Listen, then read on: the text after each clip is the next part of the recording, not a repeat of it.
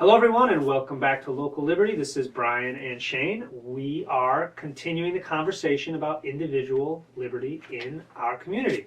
And today's topic, we're going to spin up a new series about homesteading. We've talked about this a little bit here and there, maybe just touched on it. This is something that I've been into for close to 10 years now. Okay. Something that maybe some folks in the community are interested in learning more about. And it's something that I think can tie in very nicely to an overall theme of individual freedom and independence and liberty. Brian, what is homesteading? Homesteading, and I'll try to set this up as briefly as possible. It has a sort of an evolving definition. And going back to the 19th century, many of you may have heard of the legal process known as homesteading, where a family could or an individual could go and acquire some land on the frontier.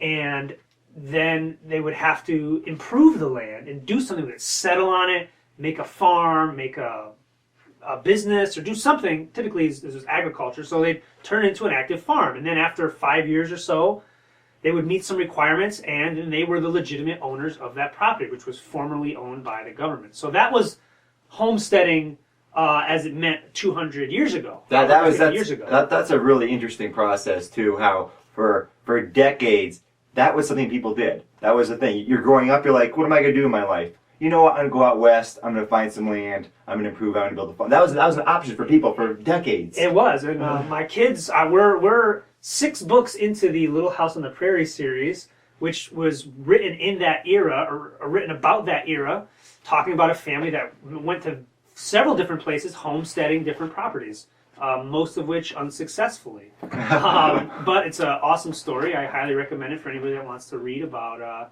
that era. The last homesteading claim filed in the United States, I believe, was as recently as the 1980s in Alaska. There was one guy that homesteaded a piece of land in Alaska and filed a claim, and he got his land. And I think since then it's been officially shut down. That's pretty cool. That recently. Yep. But that is so that's homesteading as an old term. That sort of morphed into homesteading has a very important definition within libertarian theory, and that means and I'm assuming it draws directly from the definition we just gave you. Homesteading can be generalized into the original use of an unclaimed resource. And that is the moral and ethical way that property can come into being.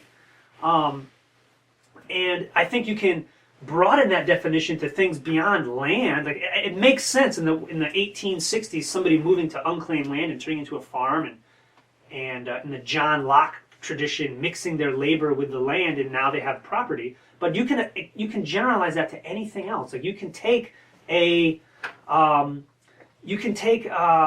a keyboard and a computer and your mind and your video camera, and you can create something original from all 3 of those inputs.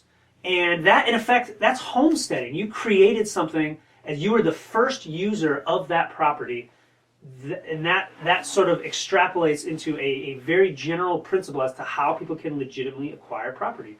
And then everything after that, of course, can come from people trading property of one kind. But that's a long story. But anyway, homesteading is a specific term within libertarian theory. And then the third definition, that's the one we're going to talk about, is a common definition of what homesteading means today. And it sort of can be summarized in like calling it back to the land, so to speak. And this is taken right out of Wikipedia. Homesteading, a lifestyle of agrarian self-sufficiency as practiced by a modern homesteader or an urban homesteader. That's kind of the common definition, I think, of what it means to be today. That's what I today. think. Self-sufficiency is a thing, I imagine. Right. We do as much as you can on our own. Right. You could survive the zombie apocalypse. Brian, he's moving towards surviving the zombie apocalypse. It's amazing. That's not the direct goal, but that is a side effect, yes. And then what is a modern homesteader? I think it's somebody that gears their life towards a certain degree of self-reliance. Some folks go for complete self-reliance. Very few do, because we've discovered lots of better ways to the exist division of labor. Exactly. That's I'm going to be talking about that shortly. That's an important point I want to make in our next segment. So that's the 3 definitions of homesteading. We're going to talk about number 3, which is the back to the land movement.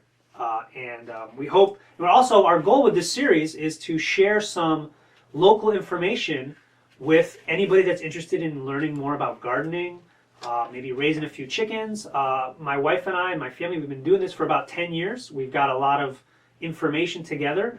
We've learned a ton over the years from the online community and from others in the area, and we want to now in turn share what we've learned. So I hope anybody in the community that's interested in those things will find some value in this series. Thanks for listening.